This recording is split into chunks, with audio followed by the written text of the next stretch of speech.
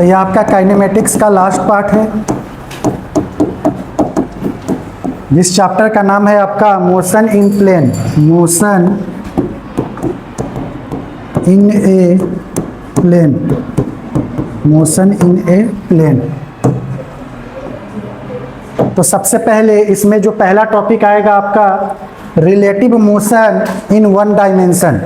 तो देखो relative motion का मतलब क्या होता है, जैसे मान लो velocity A with respect to b पूछेगा, तो velocity A with respect to b पूछेगा, तो जो पहला वाला ए है उसमें से क्या करोगे, velocity A with respect to ground, यानी कुछ नहीं करना है, वेलोसिटी ऑफ ए में से वेलोसिटी ऑफ बी को माइनस कर दोगे तो क्या आ जाएगा, रिलेटिव वेलोसिटी आ जाएगा।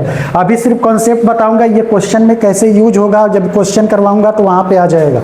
अभी समझो, जैसे मान लो कि अगर वेलोसिटी ऑफ बी टू ए निकालना होता तब क्या करते, वेलोसिटी ऑफ बी में से किसको माइनस करवा देते, वेलोसिटी ऑफ ए को माइनस करवा देते। तो रिलेटिव वेलोसिटी का मतलब ये है, जैसे रिलेटिव वेलोसिटी है वैसे ही आपका रिलेटिव एक्सेलरेशन है, जैसे वेलोसिटी में था वैसे ही एक्सेलरेशन में है। Relative acceleration A to B निकालना है तो ए में से क्या करेंगे, बी वाले एक्सेलरेशन को माइनस कर देंगे। ये फॉर्मूला आपको देखा हुआ लग रहा है, ये फॉर्मूला कौन सा था, जो 3 इक्वेशन हम लोग पढ़े थे, v बराबर क्या पढ़े थे, u प्लस ए टी।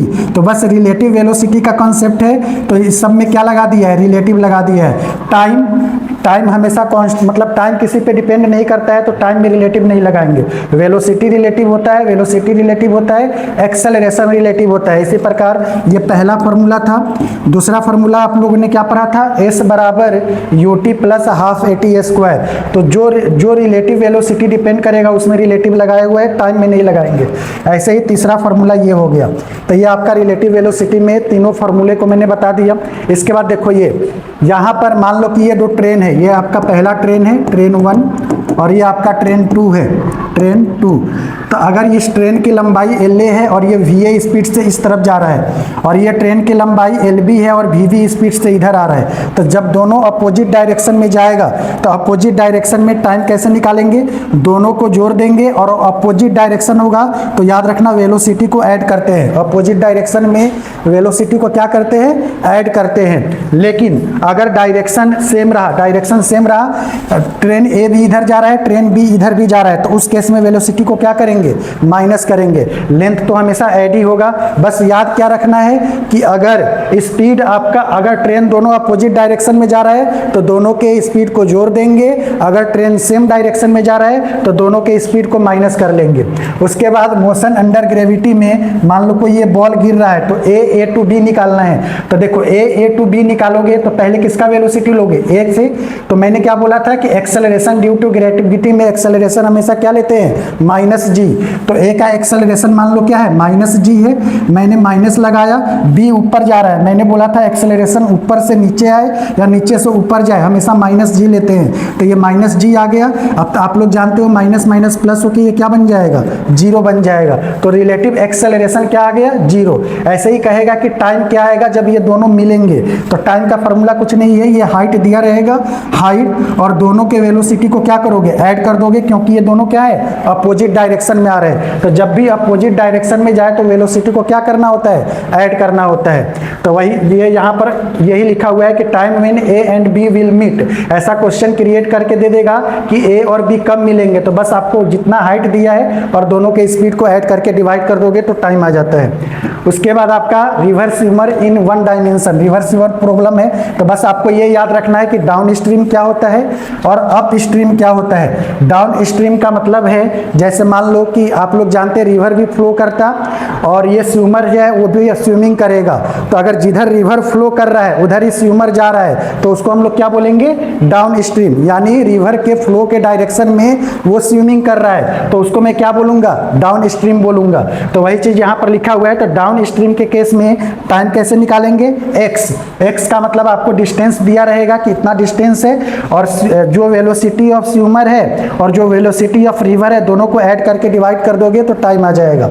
अगर अप स्ट्रीम का केस हुआ, अप स्ट्रीम का केस है जैसे मान लो कि पानी का फ्लो ऐसे आ रहा है और मैं ऐसे स्विमिंग कर रहा हूं, तो ये अप स्ट्रीम का केस है। तो अप स्ट्रीम के केस में क्या हो जाएगा, यहाँ पर टाइम रहेगा, एक्स रहेगा, और स्विमर के स्पीड में से रिवर के स्पीड को माइनस कर दोगे, तो ये आपका डाउन स्ट्रीम और अप स्ट्रीम का केस था।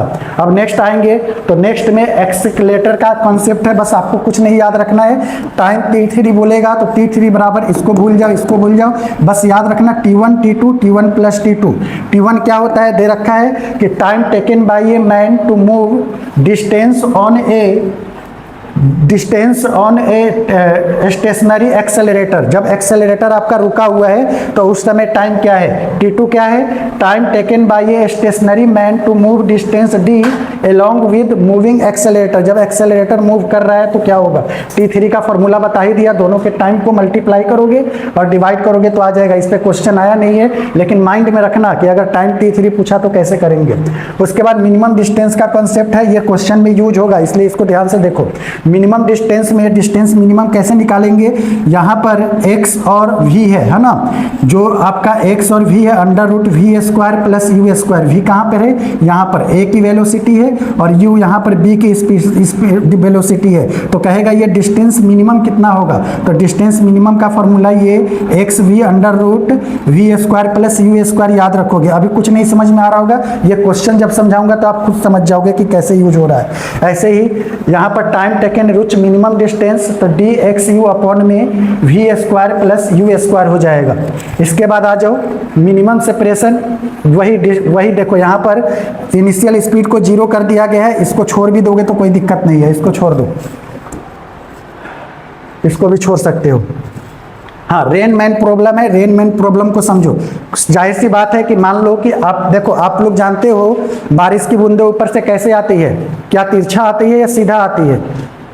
बारिश की बूंदें आसमान से कैसे आती है, तिरछी आती है या सीधी आती है? सीधी आती है। आपको तिरछी दिखती है क्योंकि आप चल रहे हो, तो रिलेटिव वेलोसिटी के कारण वो आपको तिरछी दिखाई देती है। बाइक चलाओगे तो बाइक जब कम स्पीड में चलाओगे तो तिरछी थोड़ा आएगा, तेज स्पीड में चलाओगे तो लगेगा कि मुंह पर पानी आ रहा है, ऐसे तेज अगर चलाओगे तो बारिश की बूंदें हमेशा सीधी आती है। लेकिन अगर ये बंदा बचना चाहेगा तो एंगल को क्या करेगा, जब चलेगा तो छाते को क्या करेगा, पानी के जैसे पानी की बूंदें उसको तिरछा आती नजर आएगी तो छाते को क्या करेगा, उस एंगल पे मूव कर देगा। तो इस पे क्वेश्चन आएगा, मैं समझा दूंगा। तो वही है velocity of rain with respect to man. तो रिलेटिव वेलोसिटी अभी पढ़े थे, रेन आया पहले, तो रेन के वेलोसिटी में से क्या करेंगे, मैन के वेलोसिटी को माइनस कर देंगे, तो वही है रेन मैन प्रॉब्लम। इसके बाद यही चीज समझाया गया यहाँ पर। उसके बाद रिवर स्विमर प्रॉब्लम है। रिवर स्विमर प्रॉब्लम में समझो, मान लो ये नदी है, नदी का डिस्टेंस क्या है, डी है, और यहाँ पर मान लो कि ये कोई स्विमर है ए, उसको पहुँचना है बी पॉइंट पे। आप लोग जानते हो कि नदी का फ्लो है, यानी नदी का फ्लो है तो नदी ऐसे जाएगा, अब इसको पहुँचना है इस पॉइंट पे। तो मान लो अगर ये सीधे जाता तो क्या इस पॉइंट पे पहुँचेगा, नहीं, पानी का जो स्पीड है उसको बढ़ा के यहाँ तक ले जाता है ना, तो इसी को बोला जाता है ड्रिफ्ट, बी से सी तक जाता। लेकिन मान लो उसको मिनिमम डिस्टेंस कवर करना है तो स्विमर को ऐसे तैरना पड़ेगा ताकि पानी का बहाव भी रहे, तो उसका वेलोसिटी ऐसे रहे और पानी का बहाव ऐसे रहे, तो वो यहाँ पर पहुंच जाए। तो इसमें कुछ फार्मूले यूज होंगे। तो फार्मूला क्या है, time taken to cross the river. तो टाइम का फार्मूला क्या होता है, डिस्टेंस अपॉन में स्पीड, और स्पीड कौन सा, देखो ये v cos थीटा है, यानी v cos थीटा का मतलब देखो ये वाला एंगल बन रहा है ना, ये वाला एंगल, तो एक इधर वाला कंपोनेंट जानते हो v sin थीटा होता है, और ये वाला कंपोनेंट क्या होगा, v sin थीटा। तो ये इधर की तरफ ले जाएगा, इसलिए उसी वेलोसिटी से मैंने क्या किया, डिवाइड किया है। अब है drift of swimmer. Drift of swimmer का मतलब क्या है, नेट वेलोसिटी इन x direction into time. Net velocity इन एक्स डायरेक्शन, तो एक्स डायरेक्शन में वेलोसिटी देखो आपका क्या है, ये एक्स एक्सिस है, ये वाई एक्सिस।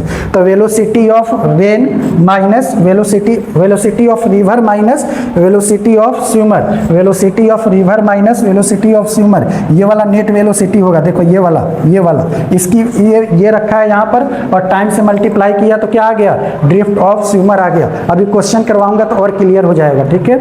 नेक्स्ट देखो, minimum time to taken to cross the river, कितना मिनिमम टाइम होगा? तो मिनिमम टाइम में यही velocity of swimmer with respect to river.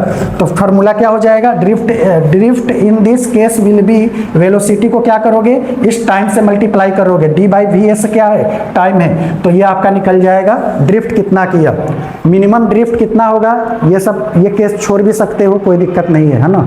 अब यहाँ पर सर्कुलर मोशन है, तो सर्कुलर मोशन में आप लोग जानते हैं 2D मोशन होता है। देखो ये सर्कुलर मोशन है, 2D मोशन होगा, ये आपका क्या है? सेंटर है, ये ऐसे मोशन होगा, तो एक तो x में होगा, एक y में होगा। तो सबको ये फार्मूला याद है, v बराबर क्या होता है? u plus A T.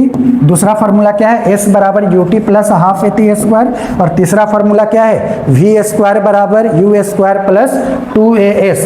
तो अगर x डायरेक्शन में जाएगा तो कुछ नहीं करेंगे, x लगा देंगे, अगर y डायरेक्शन में जाएगा तो y लगा देंगे, फार्मूला सेम रहेगा।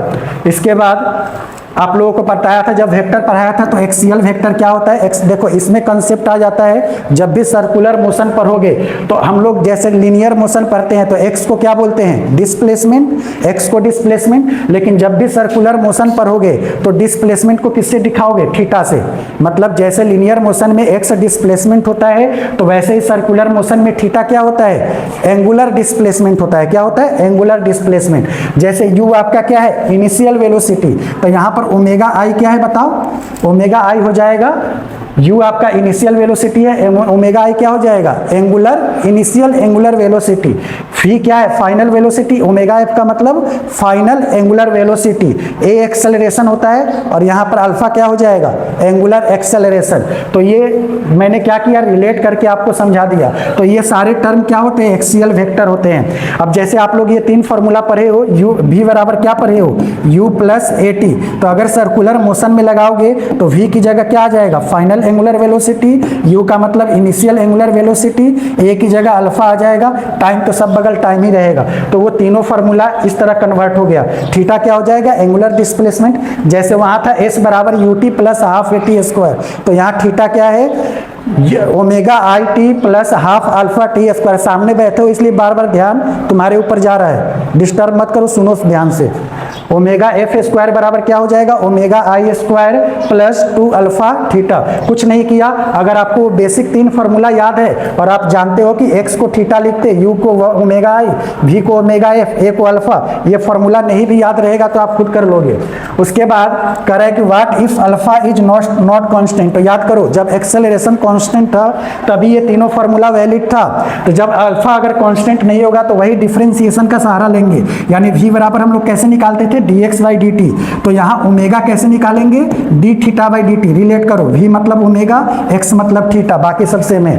वही अगर ओमेगा थीटा निकालना होगा तो इंटीग्रेशन का सहारा लेंगे, मतलब उससे रिलेट करोगे तो ये सारे टर्म पहले जैसा ही है। नेक्स्ट जाओगे तो एंगुलर डिस्प्लेसमेंट कैसे निकालते हैं? ये थीटा ट्रिगो में भी पढ़ाया था। थीटा क्या होता है? आर्क अपॉन में रेडियस, यानी थीटा बराबर क्या हो जाएगा? L by are. रेडियन, यहाँ पर 1 रिवॉल्वेशन का मतलब क्या होता है? 2 पाई। मान लो कि कोई चीज रिवॉल्व कर रहा है पूरा, तो एक रिवॉल्वेशन में कितना टाइम लेगा? 2 पाई लेगा। ठीक है, तो ये चीज मैंने बता दिया। आप लोग जानते हो कि एंटी क्लॉकवाइज कब लेते हैं, क्लॉकवाइज कब लेते हैं, कल भी बताया था। क्लॉकवाइज का मतलब क्या?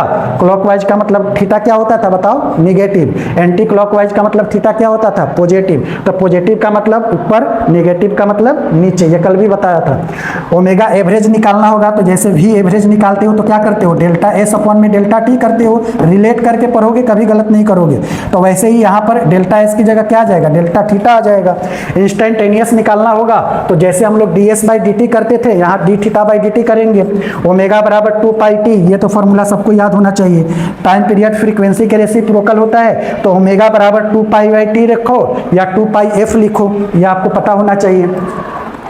v बराबर ओमेगा इंटू आर, ये भी पता होना चाहिए। v क्या है? लीनियर वेलोसिटी, ओमेगा क्या है? एंगुलर वेलोसिटी, r क्या है? आपका रेडियस है। ठीक है, तो इतनी बातें समझ गए। रिवॉल्यूशन पर मिनट दिया रहेगा तो 2 पाई इंटू 60 करके रेडियन पर सेकंड बना लोगे।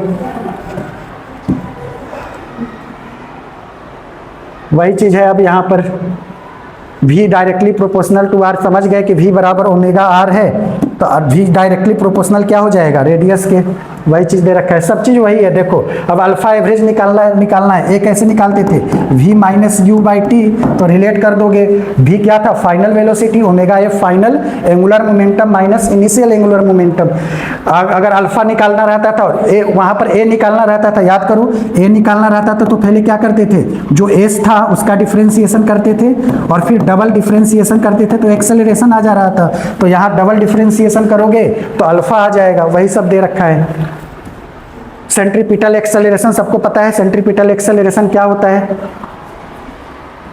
सेंट्रीपिटल एक्सेलरेशन कैसे निकालते हैं, AC बराबर क्या हो जाएगा v स्क्वायर आर, और v को जब ओमेगा आर लिखोगे तो ओमेगा स्क्वायर बाई आर हो जाएगा। सेंट्रीपिटल का एक्सेलरेशन का फॉर्मूला ओमेगा इंटू वी लिखोगे, ठीक है। अब देखो always directed towards centre, centripetal force हमेशा सेंटर की तरफ लगता है, ठीक है।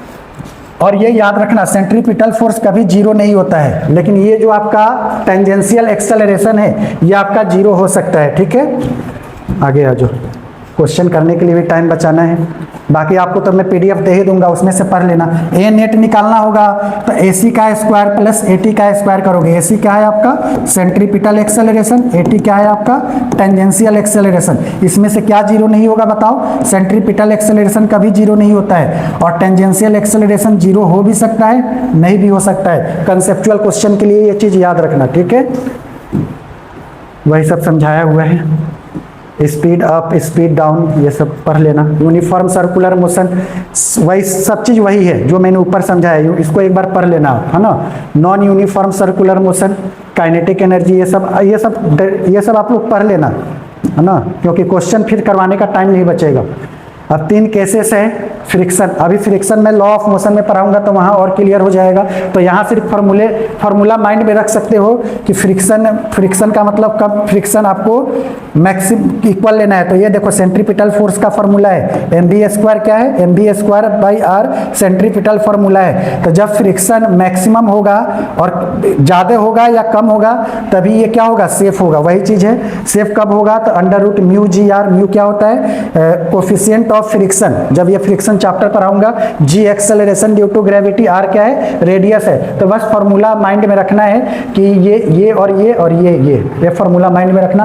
बैंकिंग ऑफ रोड क्या होता है, मान लो आप स्कूटी चलाते हो, बाइक चलाते हो, कार चलाते हो, तो जब ऐसे टर्न लेते हो तो उसी को क्या बोलेंगे, बैंकिंग ऑफ रोड। तो आपसे कहेगा कितना वेलोसिटी सेफ रहेगा बैंकिंग ऑफ रोड पे, तो इसके लिए फार्मूला क्या होता है RG tan theta. tan theta कैसे निकालेंगे, tan थीटा का फार्मूला v स्क्वायर अपॉन में RG। तो इसमें अगर कुछ नहीं जानते हो ना, टॉपिक आ गया बैंकिंग ऑफ रोड, तो बैंकिंग ऑफ रोड में वेलोसिटी सेफ याद रखना और tan थीटा का फार्मूला याद रखना, बस इतने से काम हो जाएगा। Friction and banking of road combine करेगा तो वेलोसिटी ऑफ मिनिमम आपको याद रखना पड़ेगा RG ब्रैकेट में tan theta minus mu upon में 1 प्लस म्यू tan थीटा, ठीक है। If speed the vehicles is greater than friction, उस केस में भी मैक्स याद रखना, RG tan थीटा बस यहाँ पर प्लस आ जाएगा और नीचे माइनस आ जाएगा, ये आपको माइंड में रखना है, ठीक है। सिंपल पेंडुलम का केस है, सिंपल पेंडुलम में बस एक चीज याद रखना, ये लोग आप जानते हो टाइम पीरियड क्या होता है 2 pi under root l by g. Conical pendulum क्या होता है, देखो सिंपल पेंडुलम का मतलब होता है जैसे ये ऐसे और ऐसे हो रहा है, कोनिकल पेंडुलम का मतलब ऐसे चक्कर लगाएगा ऐसे, तो उसको क्या बोलेंगे कोनिकल पेंडुलम। तो कोनिकल पेंडुलम के केस में आप क्या याद रखोगे, टाइम पीरियड का फॉर्मूला वहां पर क्या था, उसमें क्या था सिंपल पेंडुलम में 2 pi under root l by g, यहाँ पर बस कंपोनेंट आ जाता है एल कॉस थीटा अपॉन में जी, ठीक है। उसके बाद बेंडिंग ऑफ साइक्लिस्ट है, तो बेंडिंग ऑफ साइक्लिस्ट में बस जैसे वो था, देखो यहाँ पर समझो जैसे ये है, ये साइकिल चला रहा है, ठीक है, जैसे साइकिल चला के ऐसे टर्न मारते हैं तो ऐसे टर्न मारेगा तो इसके 2 कंपोनेंट बनेंगे। देखो हमेशा नॉर्मल रिएक्शन परपेंडिकुलर लगता है, ये जब लॉ ऑफ मोशन पढ़ाऊंगा तो और क्लियर हो जाएगा। अब देखो इसके 2 कंपोनेंट बना रहे हैं, ये मान लो कि एंगल थीटा है, तो सब लोग जानते हैं कि नॉर्मल रिएक्शन का कंपोनेंट है तो जिसके साथ थीटा बनेगा क्या बनेगा एन कॉस थीटा, और जिसके साथ थीटा नहीं बनेगा उसके साथ क्या बनेगा एन साइन थीटा। तो फ्रिक्शन आप लोग जानते हैं, फ्रिक्शन इधर लगेगा तो यहाँ पर वही बैलेंस किया है N sine theta. N sine theta कहाँ पे, N sine theta. N sine theta का मतलब क्या, इसको ऐसे घूम रहा है तो सेंट्रीपिटल फोर्स क्या कर रहा है, बैलेंस कर रहा है, तो सेंट्रीपिटल फोर्स किसके बराबर हो जाएगा एन साइन थीटा के, और एन कॉस थीटा, देखो ये एन कॉस थीटा है और नीचे की तरफ सब लोग जानते हैं mg लगता, तो यहाँ पर एन कॉस थीटा किसके बराबर हो जाएगा mg के बराबर हो जाएगा। बस आपको ये याद रखना है, ठीक है। एपरेंट वेट ऑफ कार छोड़ सकते हो, यहाँ से क्वेश्चन नहीं पूछता है, ठीक है। रोटेटिंग बॉल में आप ये फॉर्मूला याद कर लेना, वेट क्या होगा जब बॉल रोटेट करेगा। जैसे मान लो ये आपका क्या है, हेमीस्फीयर है, हेमीस्फीयर में ये बॉल है, बॉल रोटेट कर रहा है, तो किसी पार्टिकुलर पॉइंट पे इसका फ्री बॉडी डायग्राम बनाया गया है, तो नीचे की तरफ क्या लगेगा, mg लगेगा। आप लोग जानते हैं नॉर्मल रिएक्शन इधर लगेगा, थीटा इधर बनेगा, तो ये सारा कंपोनेंट निकाल के आपका वेट दे दिया। वेट का फॉर्मूला क्या होगा, √g अपॉन में r cos थीटा, और टाइम पीरियड इसका क्या होगा, 2 पाई √r cos थीटा अपॉन में g। तो कहीं भी अगर रोटेटिंग बॉल आए उसमें ये दो कंसेप्ट याद रखिएगा। नेक्स्ट है डेथ वेल में ये फॉर्मूला याद रखिएगा कि मिनिमम वेट क्या होता है, √g अपॉन में μr। आपका कोफिशिएंट ऑफ फ्रिक्शन है और g है एक्सेलरेशन ड्यू टू ग्रेविटी।